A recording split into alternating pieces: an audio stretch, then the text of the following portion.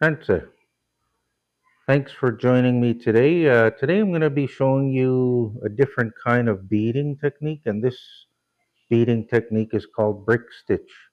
So with brick stitch, it's very different from uh, loom beading and straight beading. If you want to know exactly what the loom beading and the straight beading are, please have a look at those videos. But for the brick stitch, this the brick stitch on this makes a pattern very much like the name says. It makes a brick pattern. So if you look at something like these are a brick stitch pattern earring that I made. And you can have a look and you can see that the beads are sewn together in a brick pattern. So they're offset from each other. They're not in a straight line going up and down. It's in a brick pattern, and you could sort of see that pattern on this work that I've done. So I'm going to show you a little bit today about how to do this type of brick stitch. The other name for it is called peyote stitch. Although with the peyote stitch, it's done a little bit different.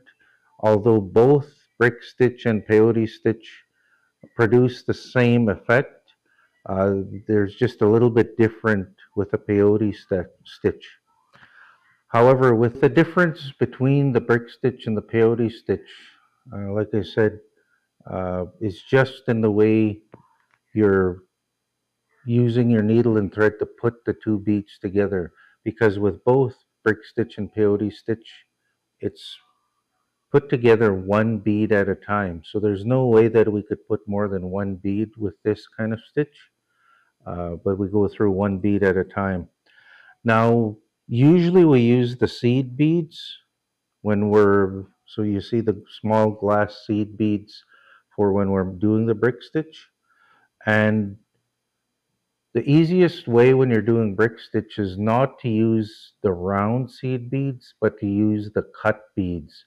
So when you go look for beads, if you go into a beading shop or online, then you want to be looking for cut beads because you'll see the difference between the the rounded seed beads and the difference between the cut beads. So the rounded seed beads, of course, are most of the standard beads, and these are a uh, size 10 seed bead. The standard seed beads are round in shape. The cut beads, these are a size 10 cut bead. The cut beads are flat on the bottom and flat on the top, and then they're rounded along the edges. And you could see the difference here with those. So with the cut beads, it's much easier for to use those when you're doing brick stitch because the flat parts sit on each other, and this way they're not going sideways or you're not getting uh, lines that are crooked uh, like if you use the round beads. So you want to be using cut beads, and the most common is a size 10 cut beads, and they come in all the colors as well. So again, brick stitch, you want to be using the cut size 10 seed beads. And like I said, you could find those in your beading shop or if you're looking for them online. So I'm going to be showing you how to do the brick stitch. Before you begin, of course, you need to look or make a pattern. So you can go online and just search brick stitch pattern printable or brick stitch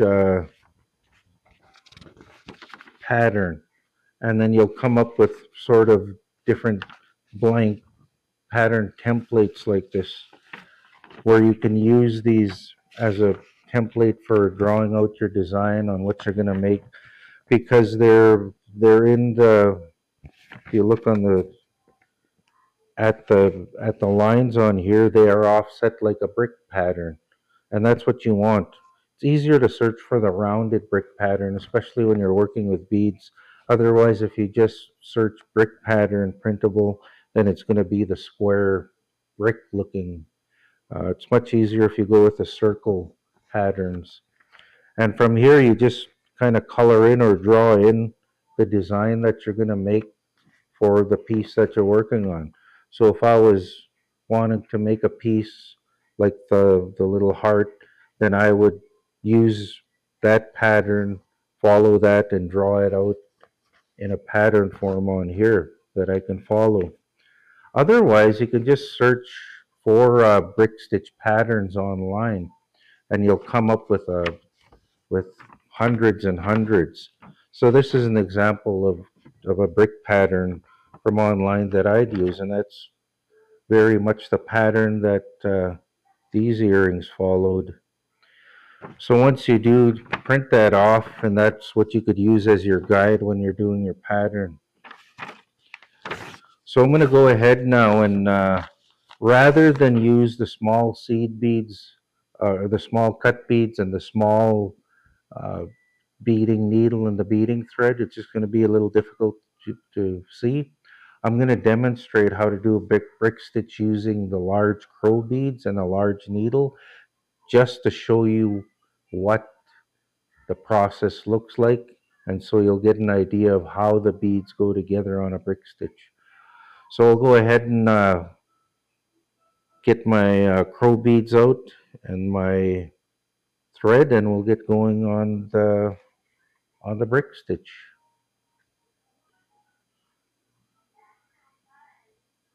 All right, so for a demonstration on how to do the brick stitch, I'm going to be using this pattern. But how I do it is if I print off a pattern like this that I'm going to follow, then I usually use another piece of paper just to sort of mark which part I'm on. So I'm going to start near the bottom of this heart. So right about here, and I'm not going to start right at the first single bead. I'm actually going to go down a ways until I have about five of them. So that would be a good place to start, because it's going to make my following my brick stitch much easier if I have at least five for my first row. So this, where I've got five beads lined up here, that's going to be the first part that I start on. So I'm just going to move the paper over just so you could see what I'm doing with the beading. All right, so we've got our beads here. So I see that I've got two colors here. This on the paper, on my pattern, it's a gold and a white, but I'm going to be using a blue and a white. So I see that my first bead, and I'm just going to start from my right. So that's right here is my right. And I'm going to sort of lay my beads out on how they're going to be going. So I lay them out just so it's easier for me to know. So I know there's one blues. So my blue is going to be the gold color, and then the white. So one blue, three white, I know I'd have to do, then another blue. So those are the five beads that I'm going to be beginning with. So what I do is with my first stitch, I've got my thread and my needle, and I've got it fairly long. So I'm not going to go right to the end with my beads. I'm going to leave a long tail on there because I've still got one, two, three, four, five rows. One, two, three, four, that I still have to go this way. So I'm going to leave a fairly long tail. Just mark my finger where that is and take my first and second bead, and I'm going to run them all through my thread. So I'm just going to move these other beads so they're not really getting in the way while I'm doing my other beads. All right, so I've got my first two beads on my string, and they're just sitting there on the in the straight on just straight on the thread. So with my first two, I'm just going to go back and loop back through from the bottom. So just looping through both of those beads. So I get something like this. And if I pull them together, I'm just going to kind of put them side by side like so. And you'll see how I've got the two beads now kind of hooked together with my thread coming out the bottom there. So now I'm going to take my next bead. So from here, we're going to be going one bead at a time. So I'm going to run that bead through close to the next bead, and I'm going to go from the top to the bottom through my last bead, pull that through, and we'll see how it goes next to the previous bead. I'm going to go back up from the bottom to the top, and I'm just going to pull that, kind of tighten it together so they're sitting side by side. Now I'm going to do the same thing. We'll pick up my next bead, run it close to the other one, and go from the bottom to the top, pull it together, go through the top on the bead I just put on, and pull that together. So you'll see my beads are sort of lining up alongside each other. Now I'll just go again with the same thing with the next one. I'm going to come in on my previous bead, pull it up close, come in from the bottom to the top, tighten that up, and again with my other bead that I had waiting there.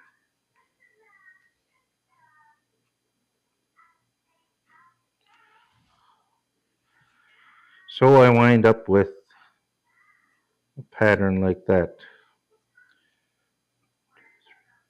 I've got 6 on here, so I should have had 5. So when you're first starting, you want to make sure that you're going with an odd number. So make sure that it's an odd number of beads that you're starting with. Otherwise, you wind up where I just did with my thread coming through where both threads are facing to the bottom. So you want to make sure that you're starting with an odd number on your when you start your first row. So I'm just going to loop back through and take it off so we have the 5 that we were going to start with. So I'm just taking that bead off. So again, I go back to my pattern. So I've got 1, and then I've got 3 white, and then my blue.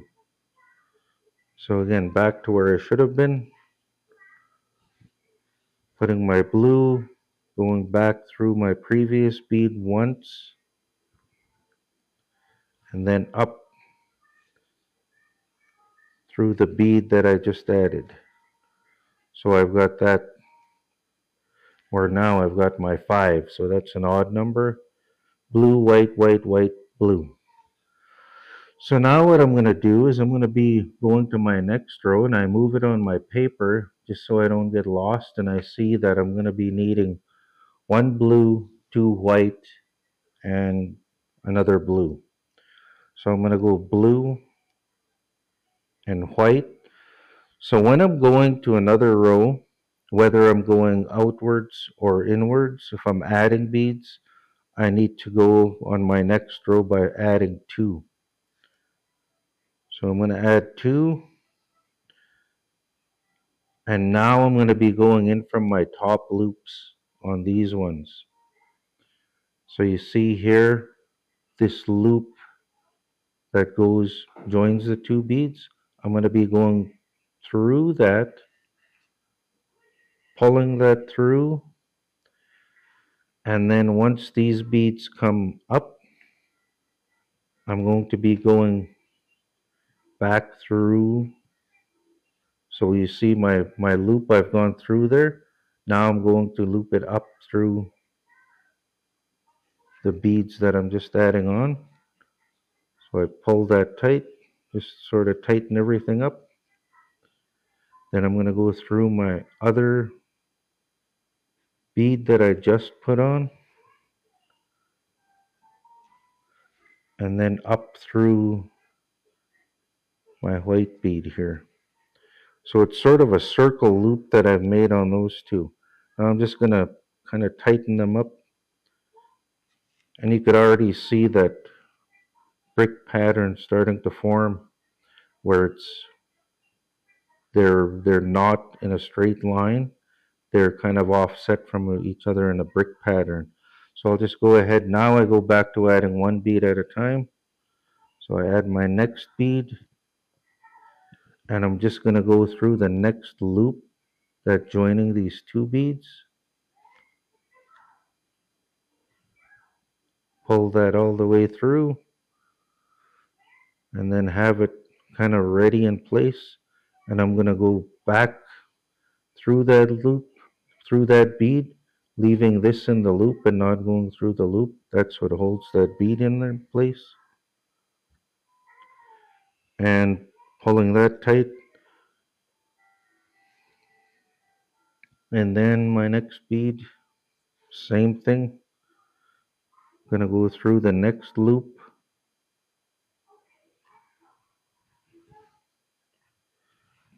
and go back up through that bead, pull it tight, and now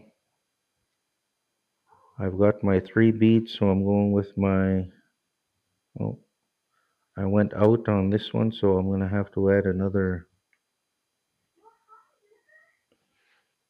white, go through my loop,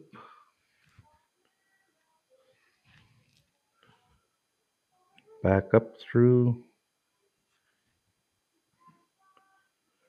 and now with my next bead, I'm going to go back through the loop that I just went through.